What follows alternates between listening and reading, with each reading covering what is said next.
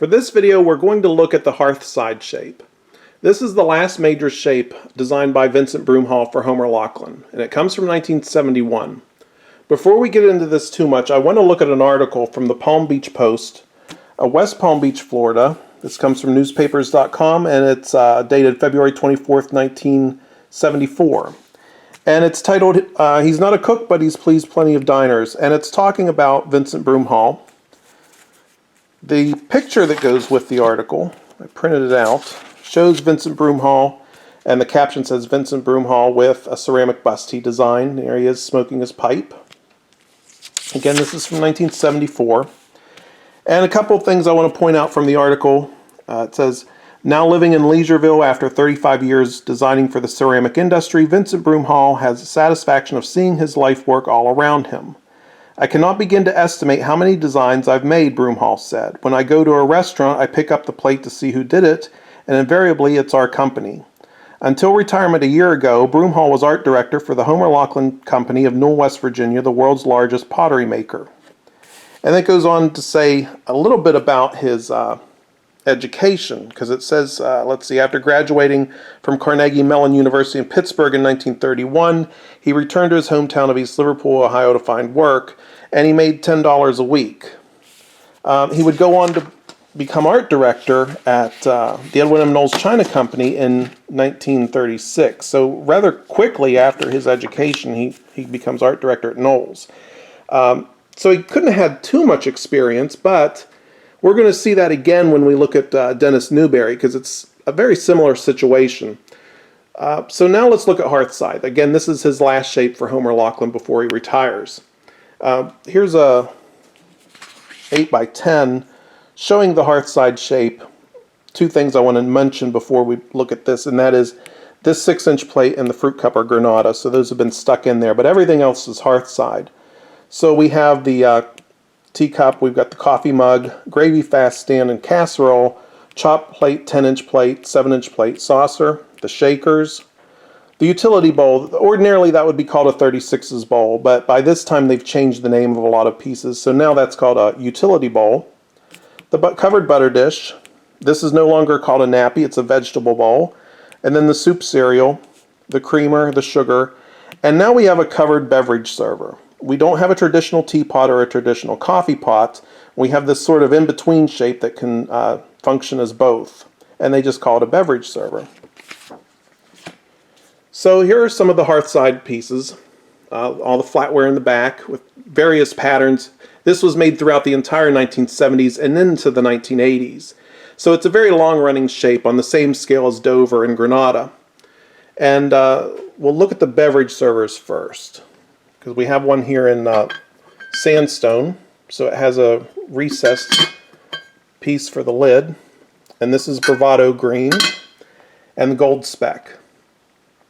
Now Bravado, that glaze comes from Sheffield Bravado. We've talked about the Sheffield line several times with other shapes, and Hearthside marks the end of the Sheffield name being used on dinnerware. At least Homer Laughlin's dinnerware. So you're looking at a roughly 10-year span, because the Sheffield lines extend to about 1975 or 1976. We first saw them in about 1963. So Sheffield Bravado has a black stamp design on Hearthside with this olive green glaze, and we see the marking Sheffield Bravado. The Bravado glaze would go on to be used on other shapes as well, but it starts here with Sheffield Bravado. And this one uses a gold speck glaze. We have the platter and this 6-inch plate. Platter was not a normal piece in Hearthside, but it was requested by J&H for this particular line. We look at the marking, and it's Sheffield Sierra. So I believe that this is probably the last of the Sheffield lines. We'll look at a couple patterns real quick. We've got Petal, Rock Garden, which is on several different shapes and different forms, but here it is on Hearthside with a desert stone glaze. Glade, rather common treatment. In the back is Daybreak. We have three patterns here on this dark chocolate glaze. So in the back we have the chop plate with, that's Barcelona, that's Palma, and this is Navajo. The plaid in the back is butterscotch, and this one is called Waves with the yellow and gray waves. This is Acapulco. We're going to look at that in a second because it's another grocery store premium. Even though the Sheffield line, we don't see the Sheffield name being used anymore, we still see grocery store premiums, and this is one of them. We'll look at that in a second. That's called Paradise with the brown on the edge, and then they redo it with the brown on the rim, and it becomes New Paradise. Let's see, this one's Nutmeg, that one's Apollo. Banded Cortez, that's another common treatment on Hearthside. And this one's Country Road. So you see a wide variety of designs and glazes. Some of them are speckled glazes. Very few white glazes on Hearthside in the early 1970s. We will see some clear glazes when we look at Unibody later on, which uses Hearthside flatware. We have the butter dish. I should have mentioned the butter dish in the Granada video, but I didn't. At least I don't think I did. They took the orbit-shaped butter dish and added the lines. And in Granada, they took the orbit-shaped butter dish and added the semicircles. So it's just basically a variation of orbit. Of course, the sugar and creamer and the salt and pepper shakers. All the rings are in the bottom of the hollowware. As opposed to the flatware, it's just a narrow band. But our hollowware has pretty wide set of rings. None of the hollowware is going to be marked as usual. And we have a gravy fast stand. You'll notice a lot of these lines that we've been looking at from the 60s and now getting into the 1970s, we don't have a lot of pouring gravy boats. We have these fast stands. It seems to be a common trend, Victoria being one of the exceptions, as is Regency, and the covered casserole. The lid may look similar to what we've seen with Provincial and Granada, but they are not interchangeable. All three of them are different. And let's see the rings in the bottom. So we're going to look back at this one, Acapulco, which is a nice geometric design. Because this is one of several supermarket promotions that don't use that Sheffield name. And in this case, it's Country Stone. So we have Country Stone, Acapulco, and Spice. And there's our Acapulco pattern. And here's the Spice using Hearthside. And it's a 15-week promotion.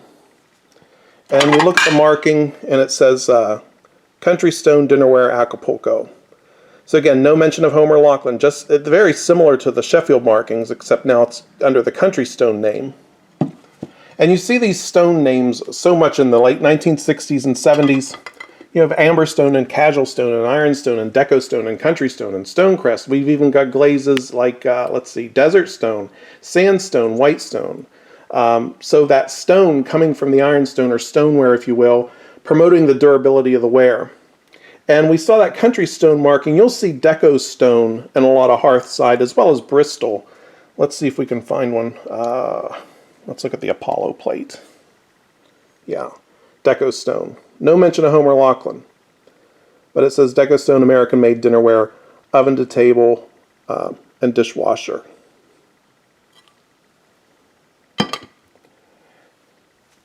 We'll look at a couple more ads showing some treatments on Hearthside. This sheet's a nice sheet because it shows all Vincent Broomhall shapes from this early 1970s. We've got Shasta and Somerset on Bristol, and then we have Fantasy and Madrid. Well, Fantasy's on Granada and Madrid's on Dover. And then at the bottom we have two patterns, Concept and Sun Gold on Hearthside. And the hollowware has lids with contrasting colors. And these patterns are a little bit later. This probably comes from Dennis Newberry's era. But it's still using Vincent Broomhall shapes. So we have Aztec and Petals, Delightful, Solitaire, Daybreak, and Wheat. So I think that's going to be it for Vincent Broomhall for now. That's going to be it for Hearthside. Two things I should footnote about Vincent Broomhall.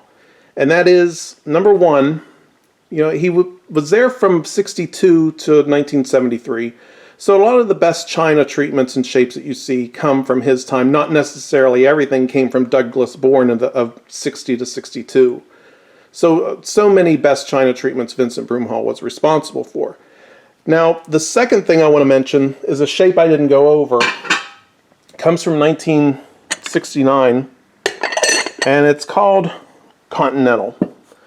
I kind of skipped over it because it's very difficult to find. It was used for Mikasa dinnerware shapes, or dinnerware lines I should say, using coupe-shaped flatware. So you see this cylindrical hollowware. We've got the creamer and this covered sugar bowl. It's very similar to the early American shape we saw in the Dover video, but this is a little more cylindrical, where the other one's more flared and conical. So you can find this in the yellow engobe, as you see here. You can also find it in black and avocado green, but that's a Vincent Broomhall shape as well. And that's going to be it. There's no more to say about him really at this point. We'll probably revisit some of these shapes in the future, but the next video we will start with Dennis Newberry.